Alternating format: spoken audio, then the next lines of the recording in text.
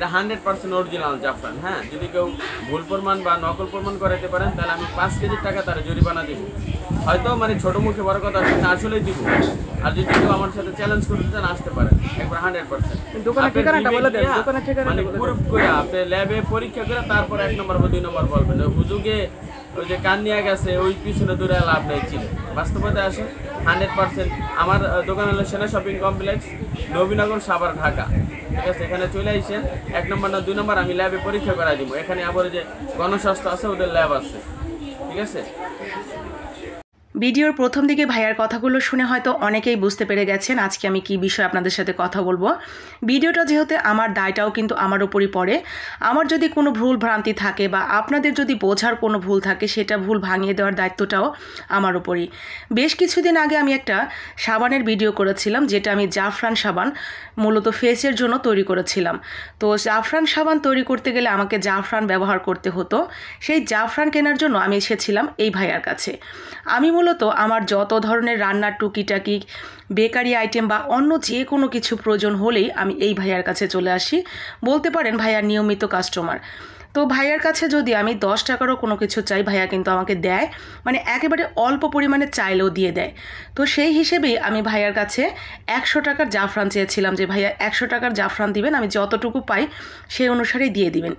এই যে আমি 100 টাকার জাফরান নিয়েছি, তো সেটাই আমি ভিডিওতে বলেছিলাম যে কত গ্রাম দিয়েছে আমার আসলে জানা নেই, আমি এখানে 100 টাকার এনেছি। তো সেটাতেই প্রচুর সেই ভিডিওতে নেগেটিভ কমেন্ট আমি পেয়েছি। কমেন্টগুলো বেশিরভাগ এরকমই ছিল যে এতটুকু জাফরান কিনতে গেলে নাকি আরও অনেকটা বেশি টাকার প্রয়োজন ছিল। এটা নাকি ভুল তথ্য দিয়ে আমি অনেককে বিভ্রান্তিকর অবস্থায় ফেলছি এবং ভুল তথ্য দিয়ে ভণ্ডামি করছি, প্রতারিত করছি আমার ভিউয়ার্সদের সাথে। আর সাবান বানাতে গিয়ে এই জাফরানটা যখন আমি ভিজিয়েছিলাম সাথে সাথেই রং ধরে গেছে, সেটা নিয়েও কিন্তু অনেকে অনেক কথা বলেছে যে ভালো জাফরান হলে সাথে সাথে রং ধরে যেত না, কিছুক্ষণ পরে আসতো। তো আমি কিন্তু ভয়ে আর সেই জাফরানটা ব্যবহার করিনি, ওভাবে রেখে দিয়েছিলাম যে ভাইয়ার কাছে আবার আসবো। এটা আমি নকল জাফরান কিনে ঠকে গেলাম কিনা বা এই জাফরানটা উনি আমাকে কেন দিলেন সেটা জানার জন্য। জাফরান সম্পর্কে আমার আসলে তেমন কোনো আইডিয়া নেই। ভাইয়া যতটুকু বলল A গ্রেড B গ্রেডের পরে বাংলাদেশে জাফরান আসে, সেই হিসেবে আমি যে জাফরানটা নিয়েছি সেটা 2.5 লক্ষ টাকা কেজি। তো প্রতি কেজি 2.5 লক্ষ টাকা হলে 1 গ্রাম জাফরানের দাম আসে 250 টাকা। সেই অনুসারেই উনি আমাকে জাস্ট যতটুকু আমি 100 টাকায় পাই সেটাই উনি আমাকে দিয়েছিলেন। বাকিটা ভাইয়ার মুখ থেকেই শুনুন ভাইয়া কি বলে এই জাফরান সম্পর্কে। ভাইয়া, এই যে আপনার দোকান থেকে যেটা নিলাম আমি, এটা নাকি নকল? এটা নাকি নকল? তাই আমি নকল নিয়ে প্রতারিত হইলাম না? বাস্তবতা আসতে হবে, যারা জাফরান চেনে না জানে না তারা বলবে নকল। বাস্তবতা হলো এটাই, বাংলাদেশে A গ্রেড B গ্রেডের পরে জাফরান আসে। জাফরানের ক্যাটাগরি আছে 7টা ক্যাটাগরি, জাফরানের 7টা গ্রেড হয়। ঠিক আছে, এটা হলো তেহরানের জাফরান। ঠিক আছে, একবার 100% তেহরানের জাফরান 1 নম্বরটা। এটার বর্তমান মূল্য পাইকারি হলো 2,30,000 টাকা 1 নম্বরটা। 1 গ্রাম 230 টাকা পড়ে, কিন্তু আমরা একটু কম লাভ করি, সীমিত লাভ করি, সেজন্য 250 টাকায় 1 গ্রাম পেয়েছি। কিন্তু আপনি এসে 100 টাকা বলছিলেন অনুরোধ করা, তাই আমি আপনাকে 100 টাকা দিয়েছিলাম। 100 টাকা কিন্তু দেওয়া যায় না, সচরাচর কেউ আসলে দিবে না। মানে 1 গ্রাম 250 টাকা হলো তাহলে, তাই না?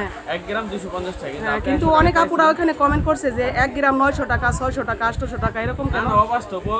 তার দাদা মনে হয় কখনো জাফরান কিনে নেই, মানে বাপ তো দূরের কথা, দাদার পরে কি হয় তালে মালে হয় নাকি ভালো জানি না, কিনে নেই। ঠিক আছে, আমি তো ভীষণ ভাবে ভয় পেয়ে গেছি যে এটা আমি নকল নিয়ে প্রতারিত হইলাম কিনা। নকল প্রমাণ করাইতে পারে। ঠিক আছে, ওরে এই 5 গ্রামের টাকা দিব আমি, এই সরি 5 কেজির টাকা ওরে আমি জরিমানা দিব যদি কেউ নকল প্রমাণ করাইতে পারবে যে নকল জাফরান। 5 কেজির টাকা দিব, তাহলে এটা অরিজিনালি 100% অরিজিনাল। ঠিক আছে, বাস্তবতা আসতে হবে, আবেগ টাবেগ দিয়ে চলবে না। ওই যে মনে করেন যে ফেসবুকে ছাড়লে একজনে যদি নেগেটিভ কমেন্ট করে, ওই নেগেটিভের লাগে মনে করেন আরো 10 জন যায় যোগ দেয়।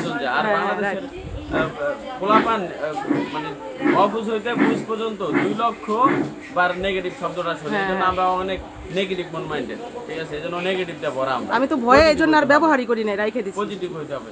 বাইরের কান্ট্রিতে দেখবেন যে একটা কাঁচের গ্লাসে বাবুরা ভাঙা ফেলাইলে ও মনে করেন যে আরেকটা আইনা দেয় যে বাবা তুমি এইটাও ভাঙো। বাংলাদেশে একটা যদি কাঁচের গ্লাস ভাঙা ফেলায় এমন থাপ্পড় দেয়, ঠিক আছে, নেগেটিভ যে না, একবার শুরু থেকেই না। বাস্তবতা আসবে, যারা বলেন ভাই এটা 2 নম্বর জাফরান, তারা কখনো বললেন না, তাহলে মিথ্যা কথা হয়। কারণ এটা তো 2 নম্বর না, এটা 1 নম্বর অরিজিনাল 1 নম্বর। তো আপুরা ভাইয়ারা, ভাইয়া কি বললো আপনারা তো শুনতেই পেলেন। আশা করি এই বিষয়ে আপনাদের আর কোনো কনফিউশন নেই। আর আমার ভীষণ খারাপ লেগেছিল আপনাদের ওই নেগেটিভ কমেন্টগুলো পেয়ে। আশা করি আপনাদের ভুল আমি ভাঙাতে পেরেছি।